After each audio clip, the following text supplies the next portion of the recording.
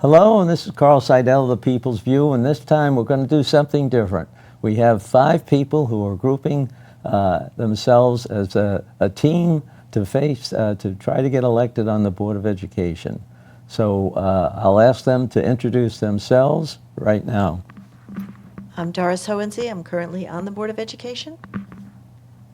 I'm Paula Johnson, former member of the Board of Education, Board of Aldermen, and former state rep. I'm Greg Serby, a professional investor and an IT professional. Howard Kaufman, currently on the Board of Ed. Bert Jans, a previous candidate for Board of Ed. I've lived in Nashua since 1982. Well, thank you all for taking time to come together. I think this is a unique presentation, but I think you all have a theme. And Doris, maybe you can sort of start off with what you're going to do as a group. Well, we have a pledge, and we've all are pledging to restore adherence to board policy and state law, to provide accountability, civility, and transparency, to focus on reading, writing, and math, and respect parental rights. We also want to focus on putting students first, whether that's remedial reading and math instruction, career and technical education, or English language learners. Very good. And who wants to lead off with some of the thoughts that they have on their participation in this group? Well, I'll start. We know that there have been issues in the past at the Board of Education. Doris mentioned that one of the things we want to restore is civility. There have been times when the Board of Education seems to have been out of control and seems to have lost focus and seems to have lost its way. And the 5 people in front of you have all agreed that that has to end. The board has to operate in a civil manner, in a cooperative manner, in a way that people can listen to suggestions, discuss them rationally and politely, and then come up with a suitable decision. And you've worked in the educational field before, and you have experience I was an in adjunct instructor at Daniel Webster College for 11 years. So I have in-classroom experience. And one of the things that I'm interested in doing is understanding what we are doing to prepare our high school graduates for post-high school success. Are we giving them the tools they need? Are we giving them the education they need? When they leave, do they have the ability to do the kind of math and English composition that is necessary for success in today's business world or in today's technical world? Very good. And does anybody else want to add a comment? I want to add a comment. I want to elaborate on this. And we also have to look at our students in the early grades, because if they're not proficient in reading and math, what we do is socially promote them up. I'm using that word, socially promoting them. And then what happens as they get into the higher grades, they're falling further and further behind. Right. And the board meetings that I have gone to, people have to understand that we have the right as taxpayers and citizens of this city to voice our opinion when we feel there's something wrong. We're not disrespecting them. We're trying to have a dialogue and a discussion with them. And for board members to disrespect the public, it's a sad thing. They disrespect themselves on the board, some of them. But the time has got to change, that we have to work collaboratively in the best interests of the students of this city. Does somebody else want to add to that? Let me piggyback a little bit on what Bert said and also Paula. Just in the last week, we had a curriculum meeting, and we were presented with assessments, test score type things, evaluating performance. And in all grades, first through 8, Yeah. this is just a downward trend. Right. You'd think that you'd have a lower proficiency in the fall, and then over the course of the year, you'd have better performance in the spring. It actually got worse. Really? And it got worse all across the board. Oh. And there were many members of the board, and I'll say some of the ones that we would join on the board if we were elected, that were pretty outraged over this. And what I was outraged about was, the scores. But even I'm more outraged is that the administration is not outraged. Right. And so when we say we want to focus and make sure people are ready for the workplace or the elementary grades and moving them up and all, that's what they call it, moving them up. That's really a key issue. And it's almost a third of our students are 1 to 4, 3 or more grades behind. Really? So it's Wow. systemic, and it has no real focus in the strategic plan that's been put forward. Has the administration kept track of metrics and stuff like that? I mean, things of like how does- Honestly, I would think they do have the information. but they didn't present it then with the And we other only stuff. get it a couple of times a year, and the data presented is not fully understood, in my opinion, by the administration, and they like to just jump over it.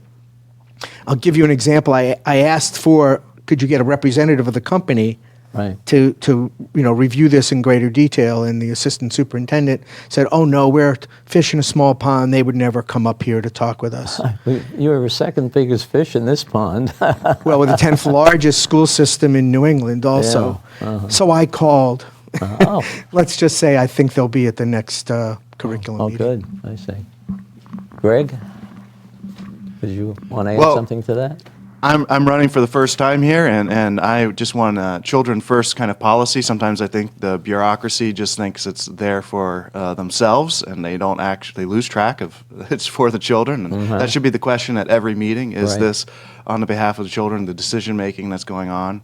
And I think we need to get back up to basics. I think reading, writing, arithmetic, that kind of thing, ensuring that children leave the school system and are ready for college, and also trade school type of thing too. Like maybe we could get welding in the schools, that kind of thing. So there's like 3 different tracks where students go, but all of them should lead to success in life, and it's extremely important. This is a priority in our society, and we can't have silly bickering on the board and losing track of it's all about the children at the end of the day. I just want to Yes. kind of elaborate what Greg just said. When he talks about success, every child should have that chance to succeed in this world. There's no reason why they shouldn't. And where we have such a massive budget, the budget is basically almost a whole city budget. It's so huge.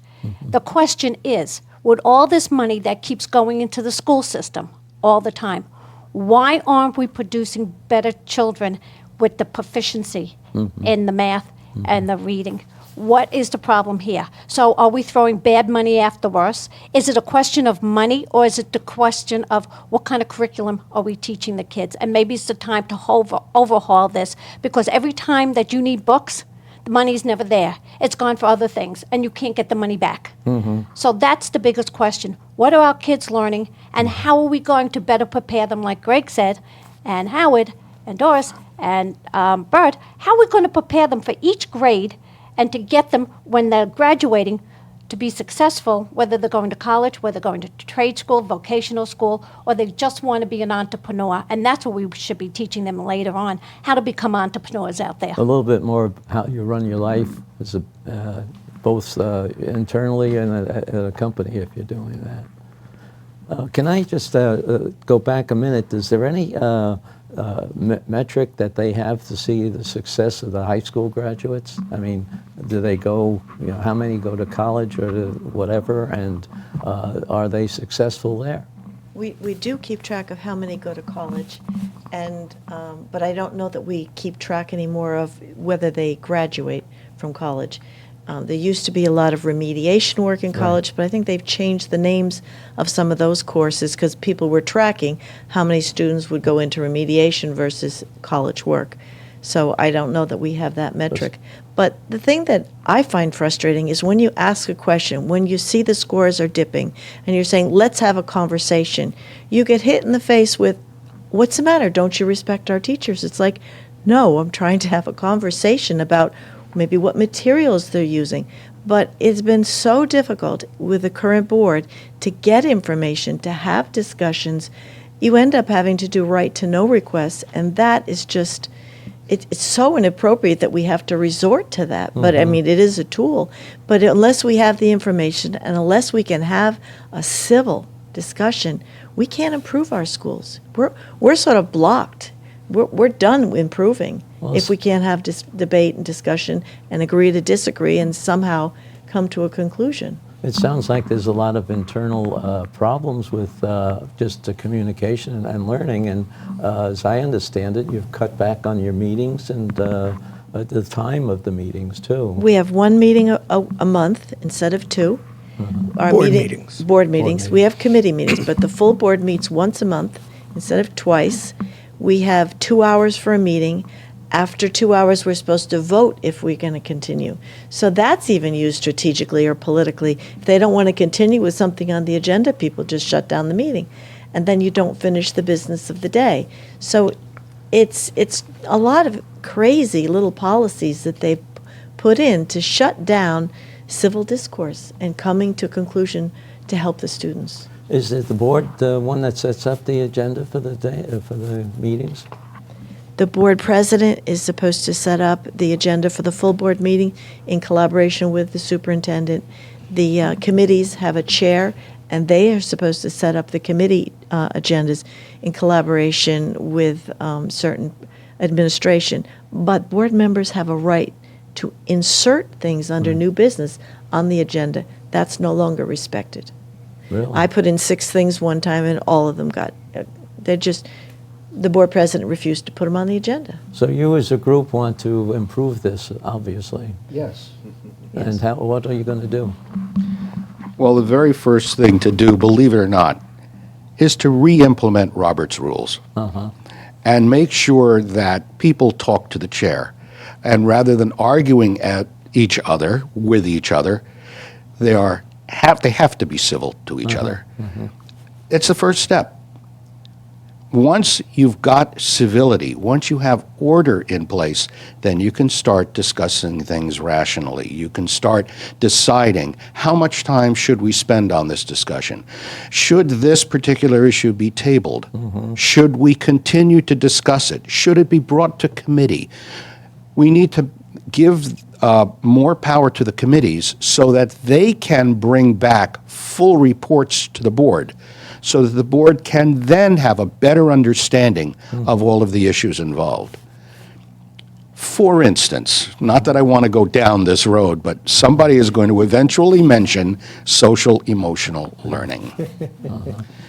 The question that has to be asked with social emotional learning is, are teachers who do not have professional instruction in either psychology or sociology, are they being tasked with deciding whether or not a child is adjusted normally, a child needs to talk to a consultant, a child needs to learn more about behavior?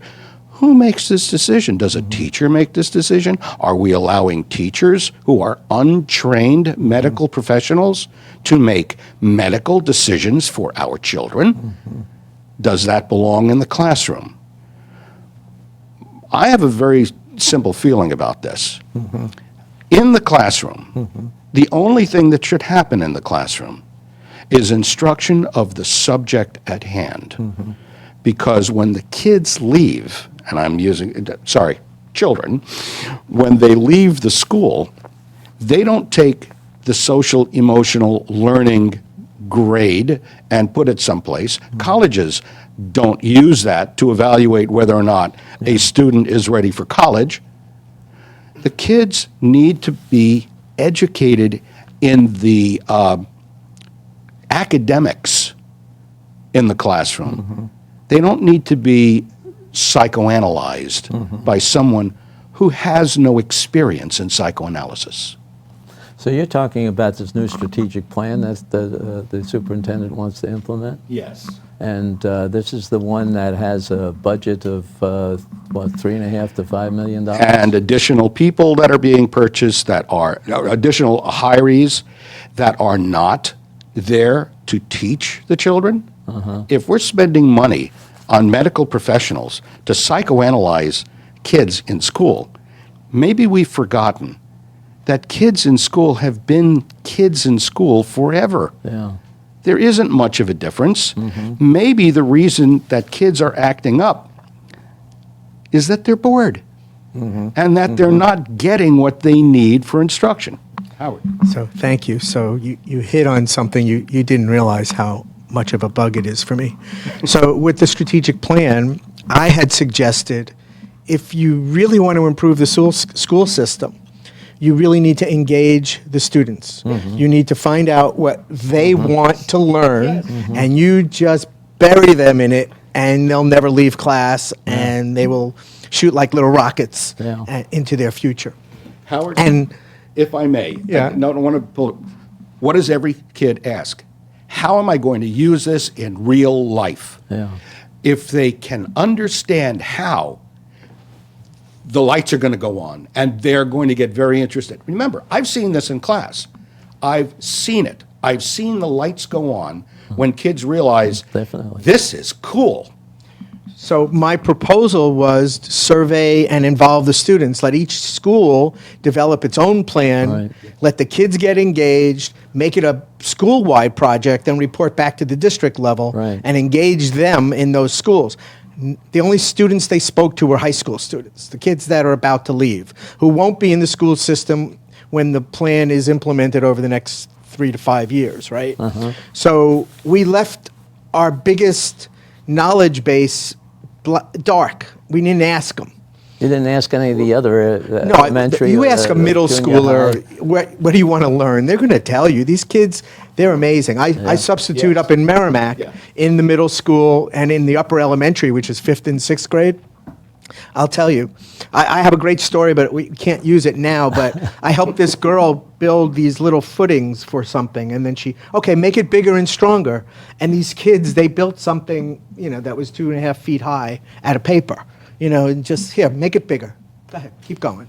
I even got them, the big sheets of paper you have on the flip charts, and they folded them into origami shapes, and they just built a fort. It was just amazing. Just let them go.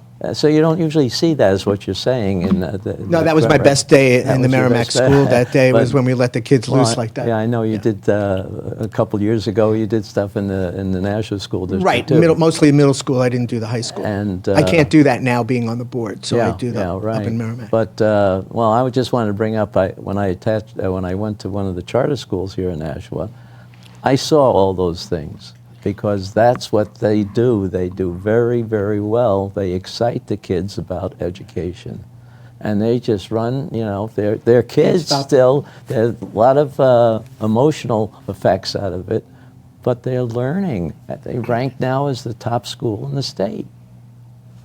How come we're not learning that in our regular? Because of the bureaucracy. That's what it is. We have allowed the schools to be taken over, and it's a sad thing with the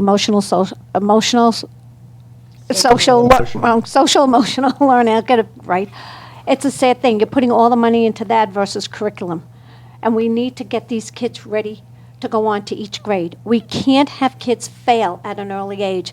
I had someone tell me a long time ago, is that if you want to be successful, it's like building a house. You have to have that good foundation.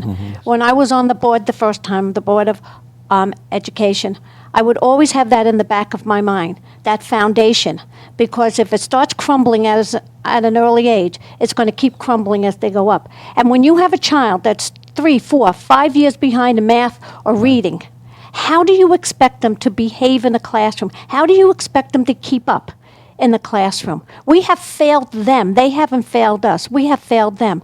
And you feel bad for these kids. And how do you get them to catch up? It's almost an impossible thing to get them to catch up now, because where do you begin? And if they're in the high school level, it's a sad thing. And so we, as 5 of us who are running for this board, we are focusing on the core issues here that nobody else talks about. Other people are running because they have a group that they want to make sure that certain people stay there and the status quo stays the way it is. Well, that's a disservice to the students, to the parents, and to the taxpayers of the city. You want to I say? just want to chime in about all 5 of us. Please vote for all 5 of us and don't miss one. It'll cause a majority in the board, and if you want this kind of agenda that we've laid out here, it needs to be all 5 of us in order for us to accomplish these goals. Okay, does anybody else want to add to that? So on November 5th, the polls are open from 6 a.m. to 8 p.m. And we're going to be passing around little sheets that's going to look better than this when we get them printed. Take it to your friends, your family, your coworkers, your relatives. Tell them why we are running for the Board of Education, our purpose here. And if they feel that we're the right people, please vote for us, because I know we're the right people. We just have to get the word out to everybody. Well, that piece of paper that you showed will be shown at the end of this interview, and so people can get a copy of it off that. If I can expand on that for just a moment, the reason all 5 are needed is so that we can become a majority and we can shut down a lot of the nonsense that's happening on the board. Without a majority of reasonable people, the board is going to continue operating as it has. And as I've said earlier, this board seems to have lost its vision. The board should be an interlocutor between the children and the teachers and the administration. The board should help make sure that problems are resolved. The board should help the administration derive a curriculum that helps success. And the board, so far, has been forbidden from doing a lot of the things that it wants to be able to do, mainly because the other members of the board, the ones that are currently running it, the president, don't have an interest in that. Their interest doesn't appear to be making sure that what happens in the classroom is aimed specifically at making sure that the children get a solid education. Now, in business, that's called a return on investment. Right. What return on investment is the Nashua school system providing for the tax revenue that it gets? We want to make sure that that is a positive ROI. Right. And plus, I just want to interject here, that when a tax-paying citizen comes to the board and they want to ask questions or they say something, that members of that board does not try to shut them down and accuse them of things. And people from the audience shouldn't be screaming out. And the president cannot take control of the board the right way, because that's called my First Amendment right, and it's called everybody else's First Amendment right to come to that board, speak up, and let them know what they feel they're doing wrong, if they like the superintendent or not. And plus, the superintendent has to sit there and listen to comments without interjecting also. It can't be a one-sided affair. I'd like to just jump back unless somebody has another comment on that issue. I'll go back to the strategic plan that is being trying to be implemented. Is there a reason for that they need that? Is there a control problem in the classes as far as the how they're taking care of? Every district is supposed to have a strategic plan. It's part of our state or Okay, requirements as a board. right. And it's usually done by the board. We sort of the majority decided it was an ad hoc committee and put our least experienced person on it as the liaison, and we didn't see what was happening for a long time. We did get it back, but it feels to me by, the questions and the data that was coming back, it was a predetermined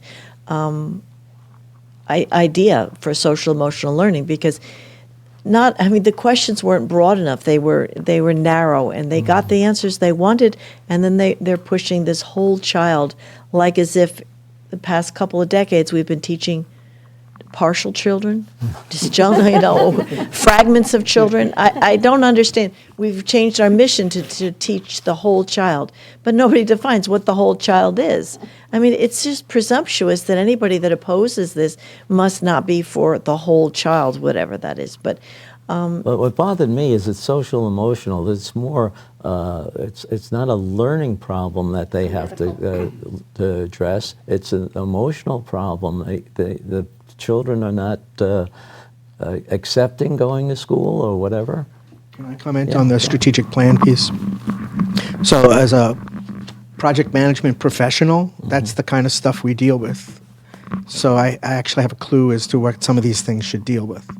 And as Doris as stated, it was taken away from the board by the board majority. They were on the board for around 3 months, and they voted away that responsibility.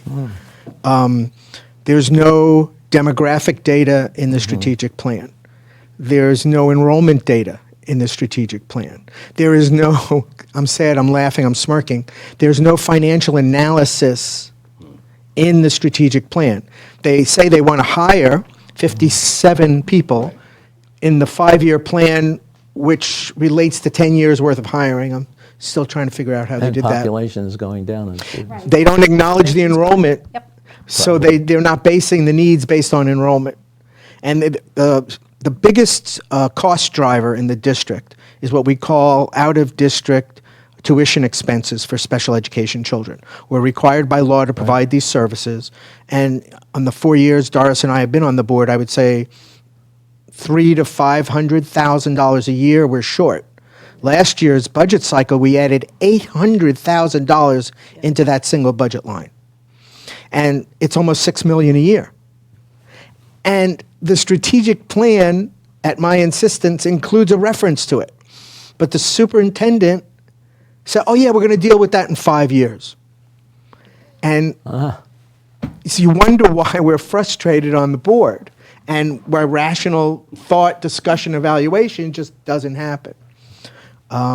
Somebody else, because I know we're running out of time. Well, go ahead.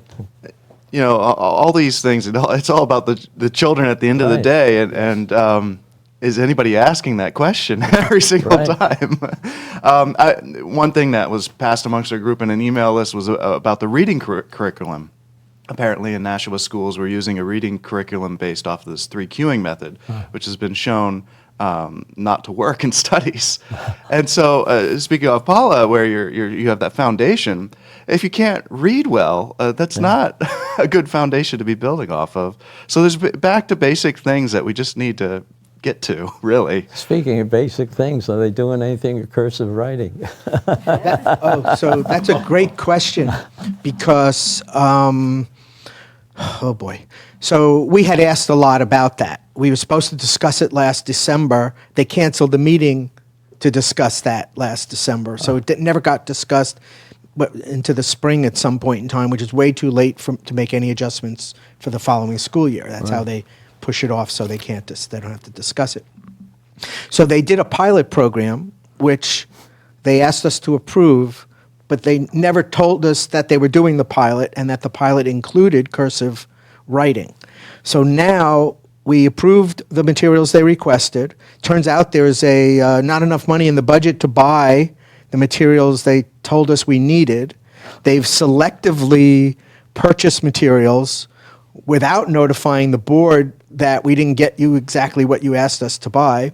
And I, for one, don't know if the cursive materials are included in the buy that they are making. I mean, Doris might have some The more. cursive is, we've got the 2nd grade cursive. The 3rd grade cursive is not available yet, and we will get that in a year.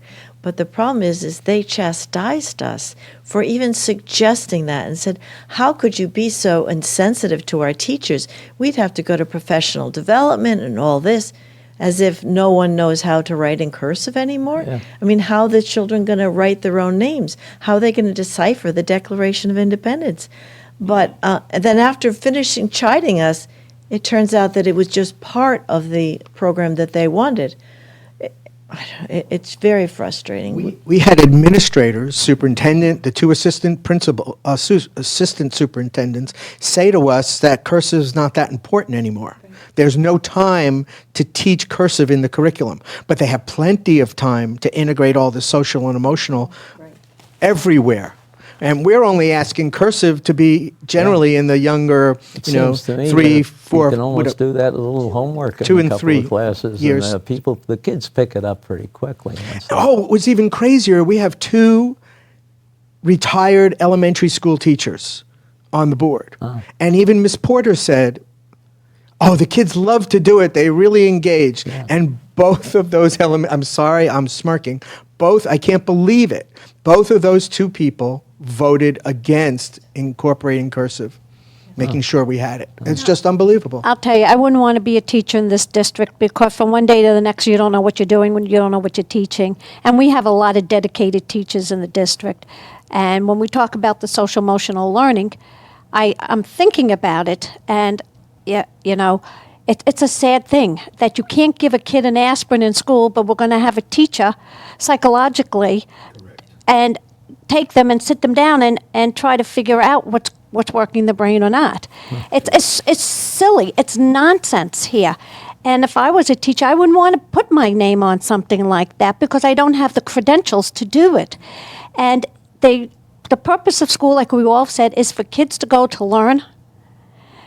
So when they graduate, they have a background, they have a chance to make it in life.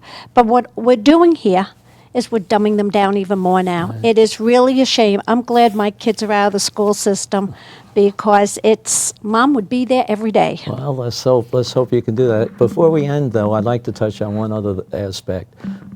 As a board, have any of you actually gone to the different classrooms and watched the teachers work? We're not allowed. Why not? When the new superintendent came in, he deactivated our ID badges that got us into all the school buildings that we had for years. Without asking, just they were deactivated. We're not allowed to go into the buildings. We're not allowed to talk to the principals. We're not allowed to talk to the teachers. We have to go through the superintendent.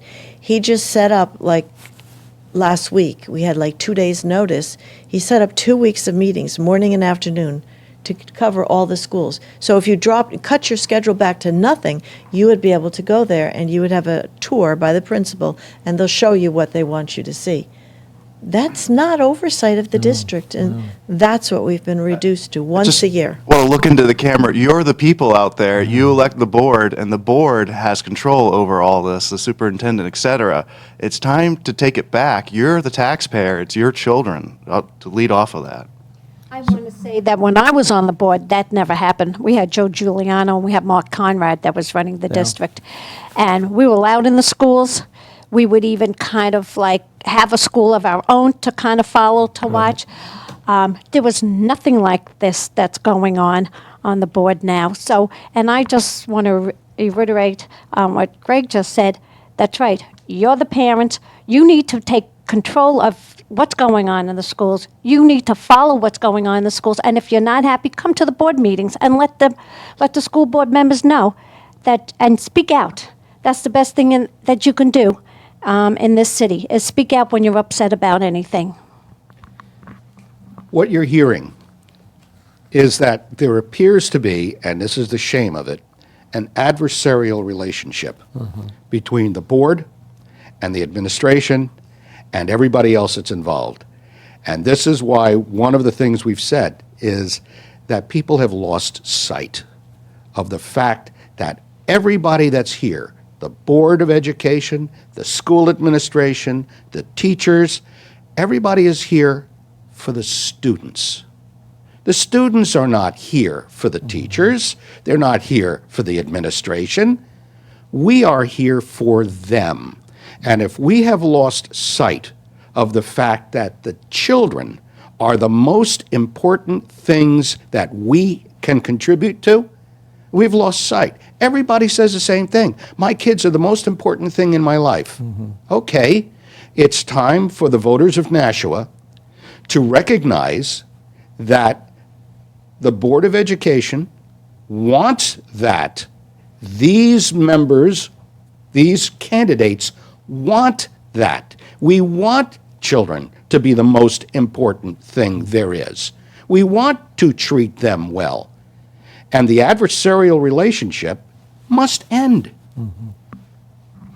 The adversarial relationship. And folks, we haven't talked about this stuff before today.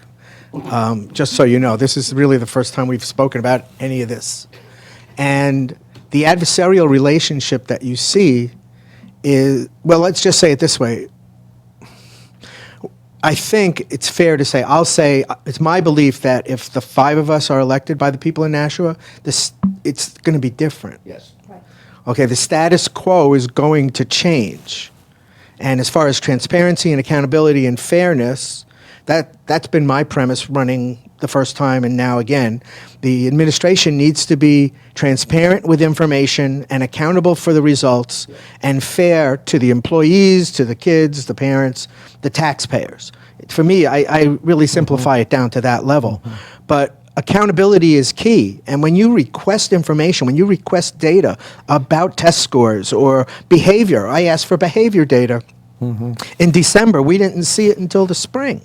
And we never really got the full picture. And that's because the current majority allows the administration to set the agendas, set the discussion points. I can't account, I've lost count of how many times we've had a board meeting where we've been given the materials that we're going to hear about at the meeting, which completely violates our policies. We're supposed to get 3 days' notice. And they continually allow them to do this. We had a big presentation on all this solar energy stuff, and they gave it to us. They didn't give it to us ahead of time. It wasn't even on the agenda. And the chair allowed it to happen. We're going to do that again, folks. If you see this, watch that curriculum meeting because it's the same solar implementation the city's trying to do. Personally, I'll be voting against it. And if I remember correctly, they have to post meetings at least 24 hours prior to the meeting, if I remember correctly. And to touch on a point is that no board member and any constituent of the city, the taxpayer, should ever have to write a right to know law to get any public information. It is called public information. And when you have to do that, there's a complete breakdown on the board. And the superintendent really needs to be reined in a little bit, and he has to understand he works for the Board of Education. The Board of Education doesn't work for him. There's what they call a POPS manual, that is all the rules and regulations of the Board of Education. And that when he gets his review, the review is by the Board of Ed. So he works for the Board of Education, and the whole process is backwards right now. With the 5 candidates here, we will be able to go in and reverse it and make the board work the way they're supposed to. Howard, you had just touched on one thing about behavior. Is there, I heard some rumor that they're now eliminating suspensions. They're calling it something else, or there's some regulations on abnormal behavior in the classroom? I can't, I don't know the direct information you're looking for. Some teacher had told me. They may rename things, that's Yeah, what they yeah, do, is yeah. they don't call it what Right. it is, But, they I mean, rename that- it to again, something else. It's kind of hard to find a track or Well, then traces or anything. well, we They asked keep information changing the about name. detentions and Yeah. even suspensions Right. and even police involvement. Yeah. And that information came about 2 or 3 months later. They don't want to give it all at the same time. It's all available. We have a. So it's again just another point that they're not communicating the things. Well, they that- resist, they hold back. Yeah. Delay, deny, they do it all the time. We asked for discipline, and they gave us demographics, they gave us grade levels, they gave us ethnicity. We wanted to know, well, what actually was being done in the classroom.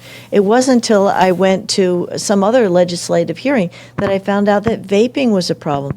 That never came to my attention through the board first.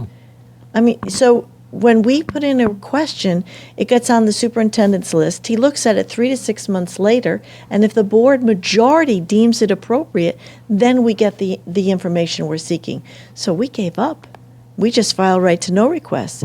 If we need the information, and even then, it's not always easy to get it.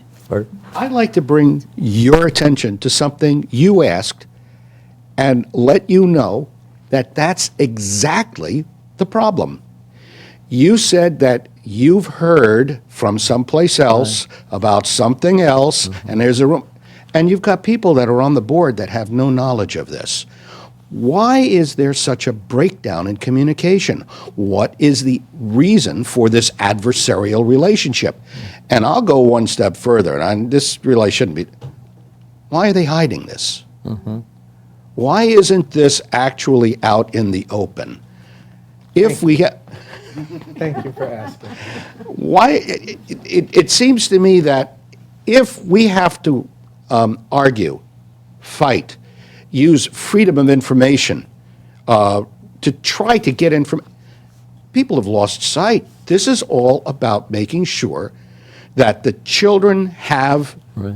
everything they need to be successful, that the first grade kids have what they need to be successful in second grade, and all the way up through graduation from high school, so that when they graduate from high school and I'm an adjunct and I see them coming into the classroom, I don't have to say, why is it you don't know how to spell simple words? Why is it you're having trouble with simple math? I'm trying to teach you, heavy duty stuff, Yeah. and you don't have the basics that you need. If you're telling us that you've heard a rumor about something and people that are on the board don't know, that means that there's a communication breakdown. That's bad. The problem, too, is that the persons that I'm hearing it from are teachers who are afraid to bring it up. Afraid. Again, that's bad. So let me, I made a motion at the board Yeah. to encourage the community, the teachers, the administrators, to freely communicate with the Board of Education without fear of retribution, reprisal, that whole thing. The board majority voted against it. Folks, they are out of their minds. They have continuously given up their authority, and they act on the will of the superintendent. He's very persuasive. I have not been in the district office. I have not been in Dr. Mosley's office since January of 2018. Okay? I've been in the building once in the last 2 years. After George Farrington episode, Yeah. which people may or may not remember, Right. where he was prevented from coming back into the building in a court case, which the Cost- city lost. Yeah. It cost $60,000 to the city to settle that. I don't go in the office, okay? Just to let you know. Well, I want to tell you, Carl, that I had teachers ask me to run. I would run into them in the grocery stores, and they said to me, "We need you back on the board with your common sense." And I'm saying, okay, I thought I retired from all this, and I had enough of this. I'm starting a new career in my semi-retirement life. But when people ask you to come back, it's a compliment because you did something right the first time around, that they're saying that with your experience, you come back and you'll be able to provide it again and ask the right questions and start going through the budget. I used to love to go through the budget when I was on the Board of Ed and when I was on the Board of Aldermen, and just look at those line items. But it comes back to the question again. Yeah. What are we spending our money on in the district? Why are the kids not getting what they need? Why every year do you have to hear that they don't have enough money for pencils and books and things like that in the classroom, that the teachers have to take it out of their pocket? With a budget the way we have in the city for the school district, every kid should be able to have all the supplies that they need that is given to them in that budget, and every year we hear the same story: there isn't enough money in the budget. It's about time that we sit down, go through that budget, go through each and every line item, and see where this money is being spent. Because when I left, at the end of the year, if you didn't use the money, you lost the money. So at the end of the year, they would move it into different line items for something else. Enough of this. That should be accountable to every tax-paying citizen in the city. The accountability of the budget and how that money is being spent on those students who are our future. And I just want to say, my kids have been out of school for a long time, and I remember being there, and I would say to them, my kid's still having problems with spelling. We're working with him with spelling. And one of the teachers said to me, "Don't worry, Mrs. Johnson, by the time he goes into whatever career he's going to be in, they'll have spell check on the computer, and he'll be fine." And I looked at them and I said, wait a minute, that's because he was in whole language. My kids went through school with whole language, and I started bringing phonics back in when I left the board. I said, but if he doesn't know how to spell the word and doesn't know the meaning of the word, he can substitute any word in there that looks the same, and he doesn't know the meaning. So my kids have been out of school for a long time, and we're still in the same situation back then when I was on the board and when my kids are in school. This is pretty pathetic. It's about time we overhaul this district and the money and how the money is being spent, and it needs to be in the right places for these students. Okay. If I can comment, let me just Okay. do a quick one on the budget. So another motion that I made this year was to just get about 10 or 15 books from this national organization that has best practices for school board budgets. And I made a motion during the budget process to get, I don't know, $500 or something. And the board voted against learning what the best practices in school board budgeting is all about. That's how crazy. Oh, we have a system, it's been working. In my 4 years on the board, we have never, in those 4 years, taken just like Paul has suggested, just a very specific, let's justify everything and know what we really need and what we don't, and how can we, look at it. Not done that. They rejected a motion to spend a few $100s to get, I think, 20 books. Maybe it was $600, whatever it was. And so they're not interested in proper governance. They think proper governance is doing what the superintendent wants. Proper governance is doing what's necessary to make sure the kids get the education they need, and the procedural policy things that we can do to ensure that that happens. Any last comments then? Go. Well, just off of what Howard said about the no reprisals for teachers and them voting it down, and Paula about the curriculum and teachers. I've met teachers while I've campaigned for previous campaigns, and it's the same story as what you say. They know more about what should be going on in the school system than anyone. The teachers union doesn't represent them. The superintendent doesn't represent them.